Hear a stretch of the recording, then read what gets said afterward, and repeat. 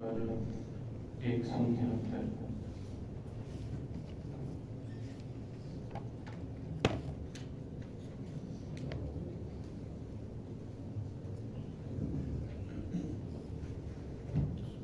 أعوذ بالله من الشيطان الرجيم بسم الله الرحمن الرحيم